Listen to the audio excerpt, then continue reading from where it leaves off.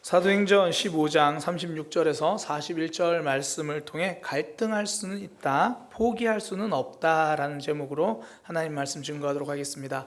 갈등할 수는 있습니다. 그러나 포기할 수는 없습니다. 오늘 본문이 우리에게 주는 큰 위로가 하나 있습니다. 사도 바울도 싸우는구나. 그러니까 사도 바울이 신약 성경을 10권도 넘게 기록한 사람이거든요. 복음 전하는 일에 생명까지 걸고 그렇게 다녔던 사람이에요.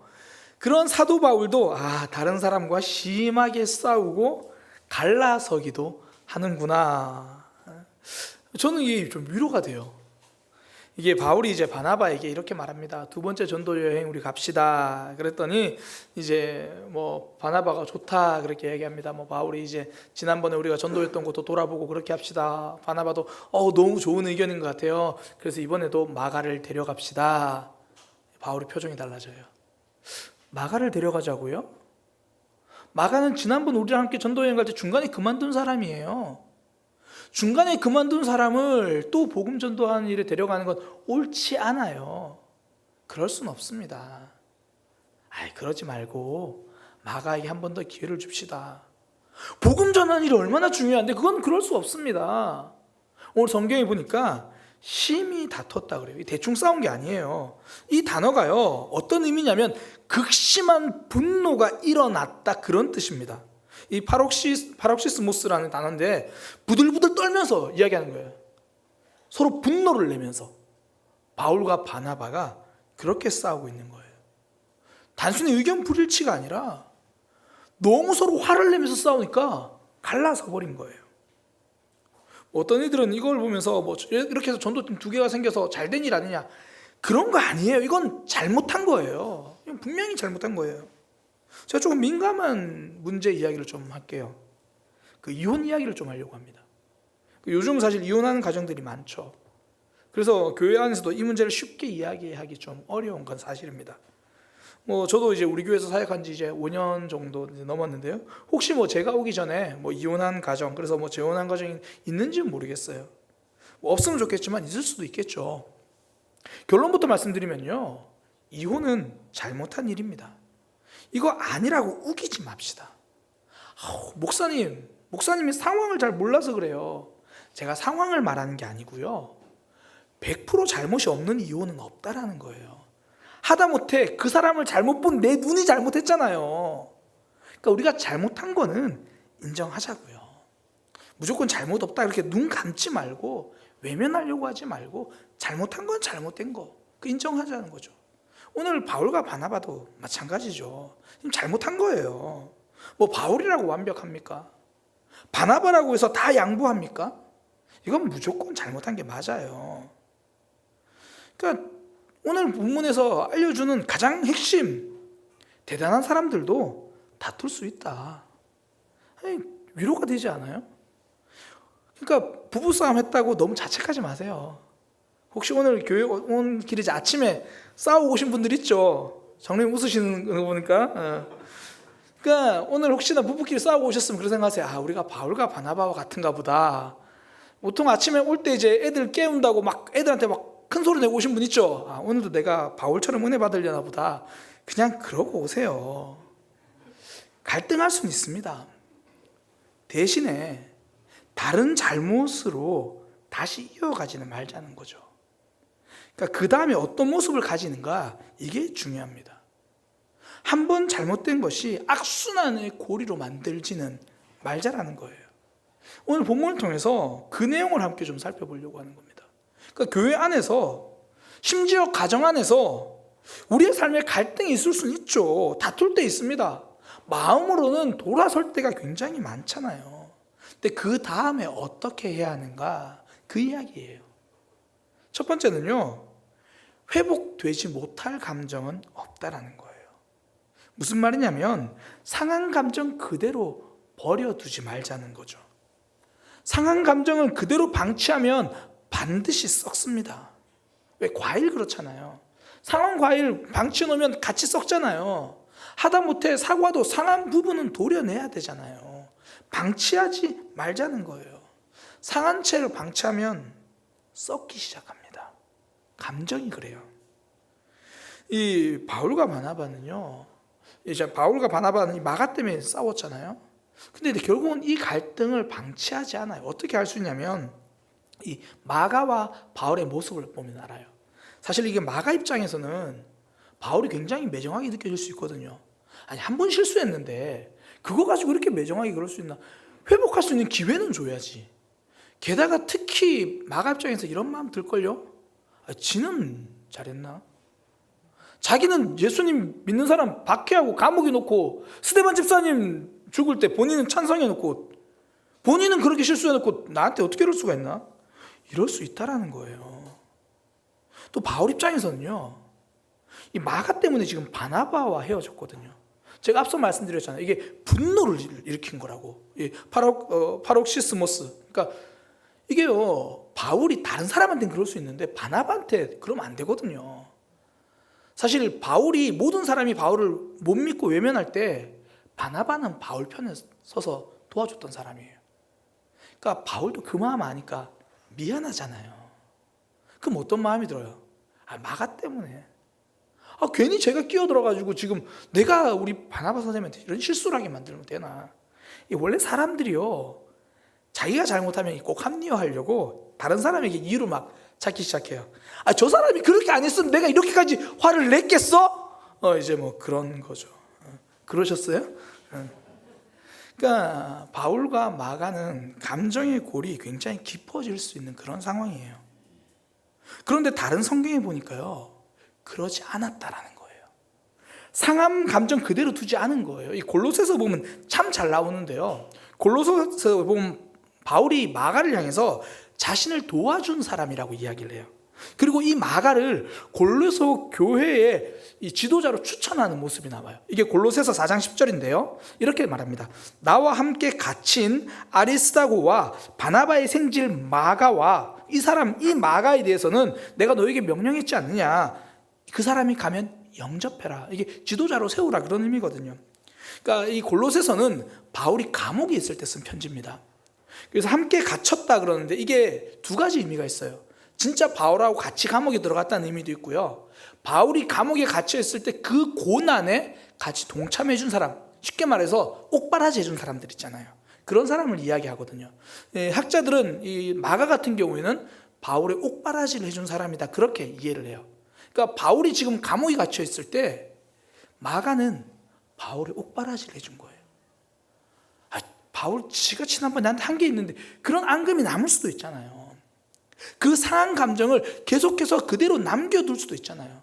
그러지 않았다라는 거죠. 마가는 감옥에 갇힌 바울을 돌봐줘요.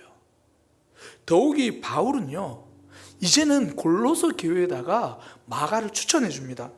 이전에는 함께 사역하지 못할 사람이라고 선을 그었잖아요. 이제 완전히 달라졌죠.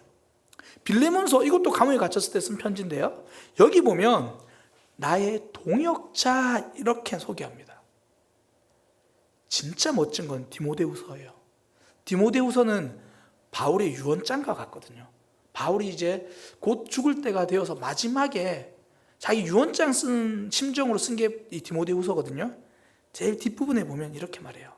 그의 삶의 마지막에 나 마가가 보고 싶어, 이렇게 이야기를 해요. 올 때 마가를 좀 데리고 왔으면 좋겠어. 그러니까 마가와 바울 서로 감정이 있었고 상한 마음이 있었는데 그거 그대로 썩게 내버려 두지 않았다라는 거예요. 회복되지 못할 감정은 없습니다. 그 뛰어난 기독교 문학가로 손꼽히는 C.S. 루이스, 우리 많이 들어봤잖아요. 순전한 기독교라는 책 굉장히 좋습니다.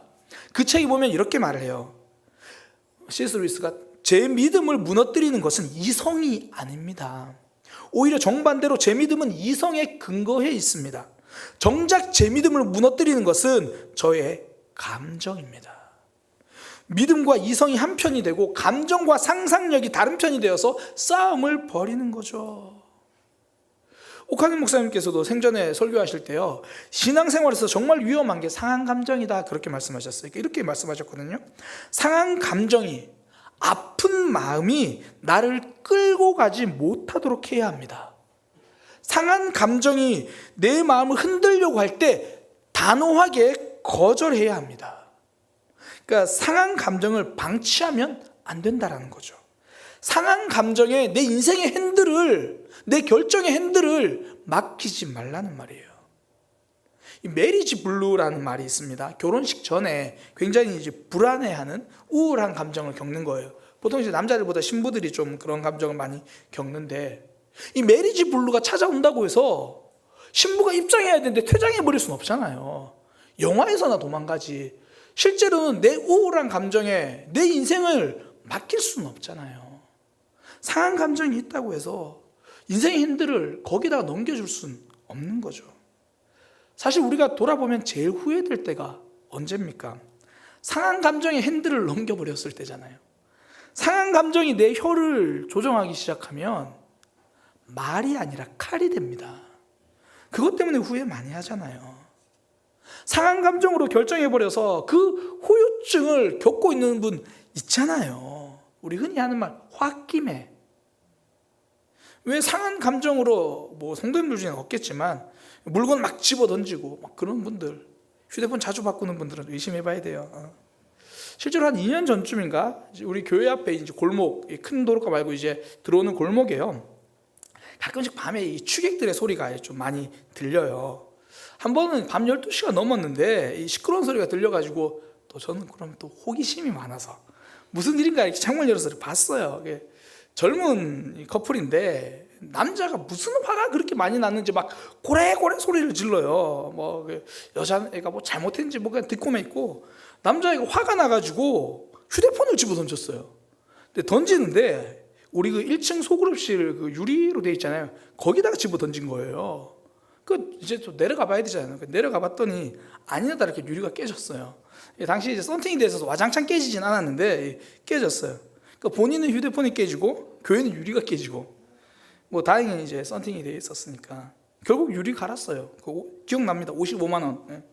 그러니까 상한 감정이 나를 핸들링하니까 폰도 깨지고 유리도 깨지고 그런 거죠. 그러니까 징기스칸의 매 이야기가 굉장히 유명하잖아요. 이제 징기스칸이 몽골 전체를 다스렸던 대단한 그런 사람인데, 몽골은 사냥할 때 매를 쓰잖아요. 굉장히 이제 매를 훈련을 잘 시켰습니다.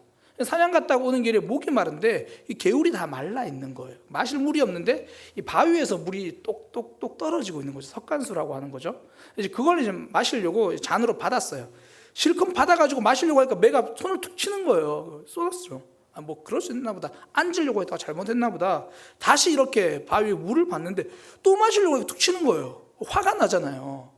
한 번 더 그러니까 다음에는 매가 다가오니까 칼로 매를 베버렸어요.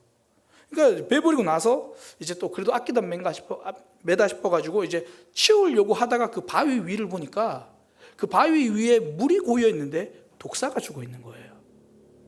그러니까 징기스칸이 그 물을 마셨으면 매는 살고 징기스칸은 죽었을 거예요.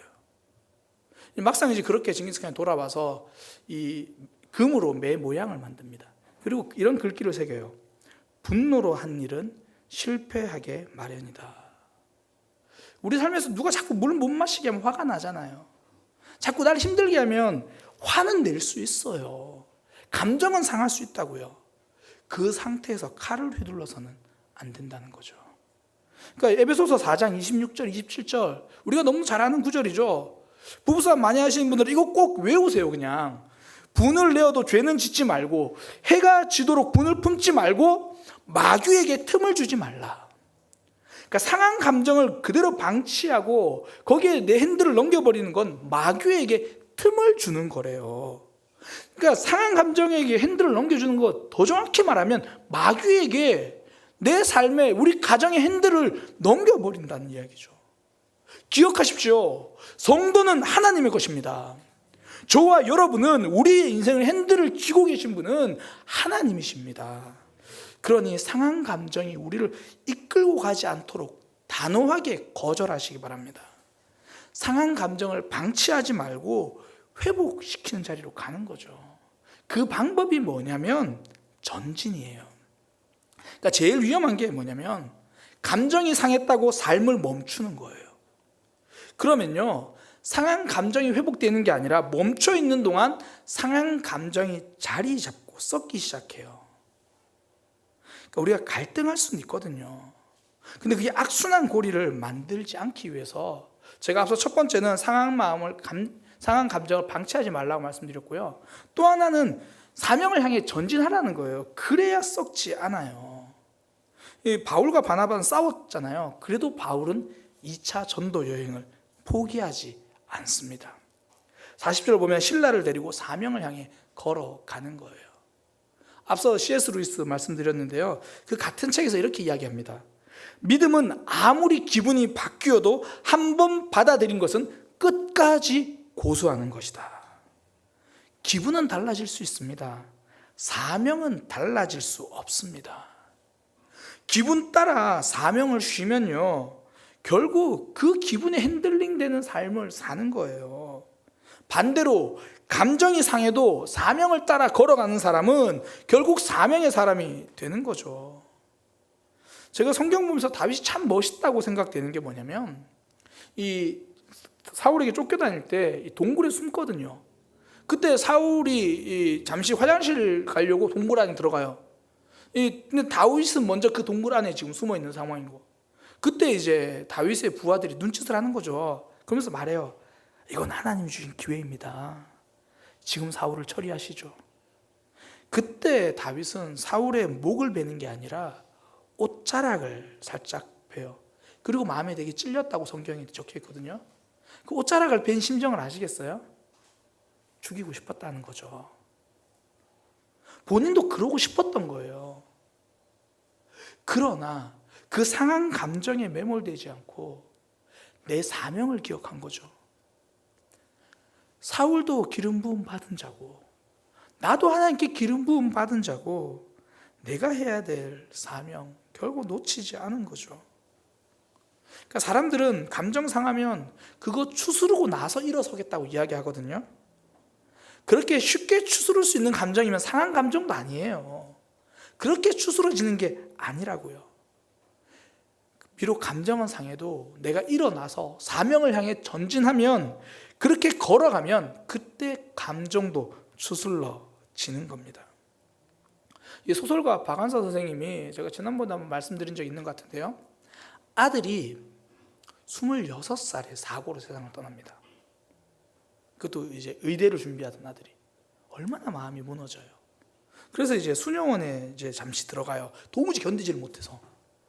그곳에서 이제 내가 왜 살아야 하는가, 뭐 그런 질문만 던지고 있을 텐데, 문득 그 박완서 선생님이 어릴 때 엄마가 해주신 이야기가 하나 생각이 나요. 어릴 때 무서운 꿈을 꾸다가 흐느끼며 깨어난 적이 있었다. 꿈이었다는 걸 알고 안심하고 다시 잠들려니 옆에서 엄마가 부드러운 소리로 말씀하셨다. 얘야, 돌아 눕거라. 돌아 누우면 다시 못된 꿈을 꾸지 않는다. 상한 감정이 내 속에 차오를 때는요, 돌아 누울 때예요. 상한 감정을 보고 눕지 말고 사명을 향해 돌아 누울 때라는 거죠. 그때 우리의 삶이 회복되거든요.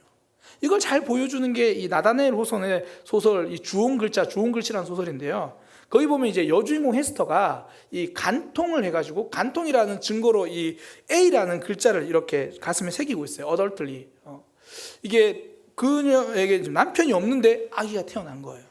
그래서 이제 사람들이 막 그 헤스터를 욕하면서 이 간통이라는 글자를 계속 달고 다녀야 되는 거예요. 그런 사람들이 비난하고 욕해도요, 헤스터는 그걸 다 받아냅니다. 인정을 해요. 제가 잘못했습니다. 근데 단지 견디기만 하는 게 아니라 오히려 A라는 글자를 달고 다른 사람을 돕기 시작합니다. 누군가 도움이 필요하면 자신이 가진 것을 가지고 돕고요. 마을에 전염병이 퍼졌을 때 제일 발벗고 나선 사람이 헤스터였어요. 어느 순간 사람들이 헤스터의 그 가슴에 있는 A를 어덜틀리라고 해석하지 않습니다. able, 할 수 있다의 A로 해석하기 시작해요. 그러면서 낯선 사람이 그 마을에 들어오면, 그러다가 이제 A이 적힌 헤스터를 보게 되잖아요. 저 사람은 왜 저래라고 물으면 마을 사람들이 이렇게 말해줘요. 아, 저기 A라는 글자를 달고 있는 여인 보이십니까? 우리 헤스터지요. 바로 이 마을에 살고 있는 헤스터입니다. 가난한 사람들에게 친절하고 아픈 사람들을 도와주며 괴로운 사람에게 위로가 되어주는 우리 에스더입니다. 처음에 에스더에게 A라는 글자를 달던 날에 사람들은요, 저 글자를 다는 건 너무 약한 처벌이야, 저런 것들은 죽여야 돼, 이렇게 말을 했어요. 그런 아픔을 겪었지만 에스더는 그 상한 감정에서 돌아 누운 거예요.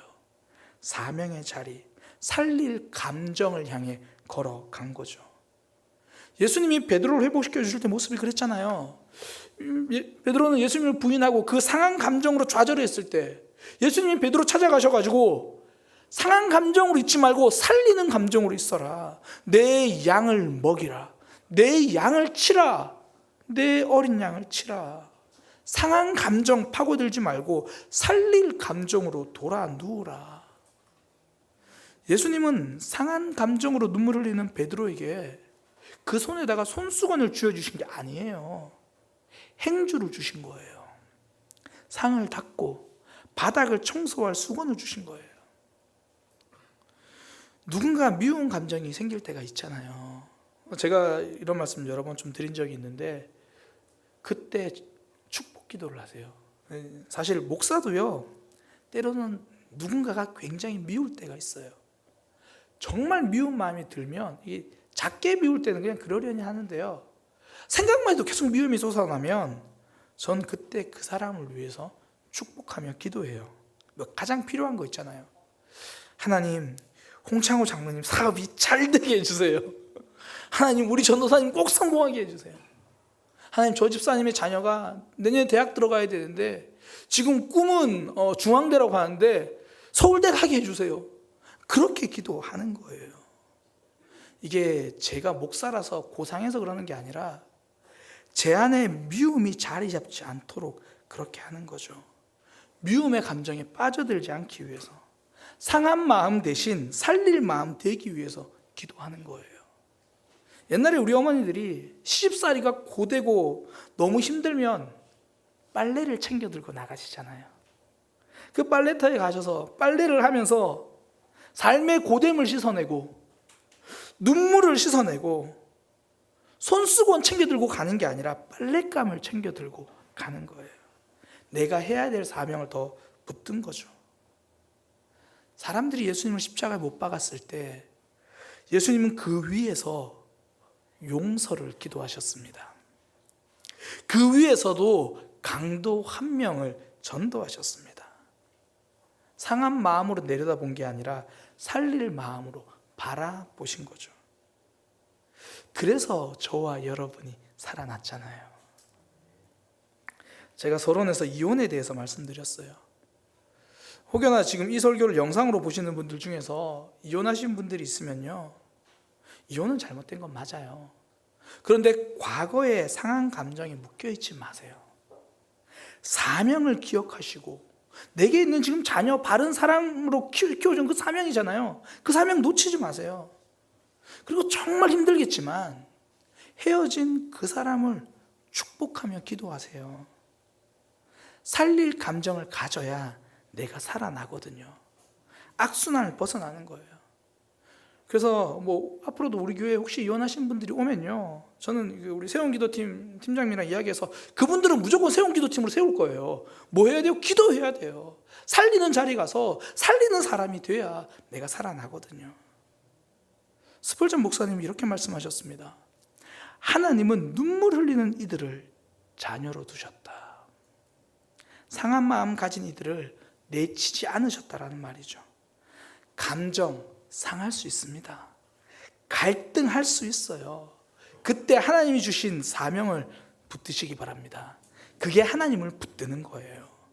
그때 상한 감정이 회복될 수 있는 거죠. 그러니까 신앙생활 하다 보면 감정 상할 수 있고, 감정 상할 일 많고, 심지어 사랑하는 가족들과도 갈등할 수 있고 감정 상할 수 있어요. 그때 상한 마음 방치하면 썩기 시작합니다. 그 감정이 나를 결정하게 하지 마세요. 그때 사명의 자리에 가세요. 힘들고 눈물 나도, 울고 싶어도 살리는 자리에 가서 우는 거예요. 제가 어릴 때 제가 청년 시기예요. 참 좋아했던 영상이 하나 있어요. 그 영상을 좀 같이 보려고 하는데요. 그 영상에 보면 힘들고 어려워도 끝까지 십자가 붙들고 사명 붙들고 있는 모습이 있거든요. 막 비바람이 몰아쳐요. 전 때로는 그게 우리 감정이 몰아치는 그런 모습이라 생각하거든요. 그래도 끝까지 사명 붙드는 거예요. 우리 함께 좀 그 영상 보겠습니다.